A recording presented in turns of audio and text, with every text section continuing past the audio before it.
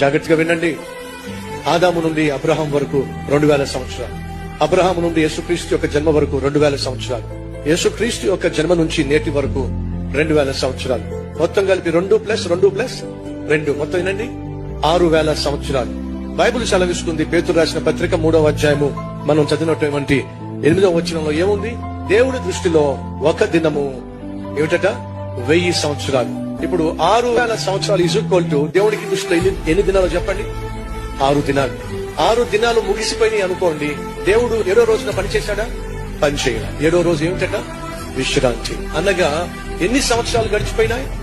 6000 సంవత్సరాలు, అనగా 6 దినములు గడిచిపోయినాయి. అండ్ అర్థం తెలుసా? 6 రోజులు గడిచిపోయినాయి. టైం ఎంత అయిందో తెలుసా మీకు?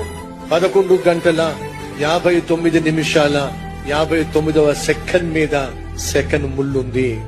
ఇంకొక సెకండ్ అయిందనుకోండి 7వ దినం వచ్చేస్తుంది.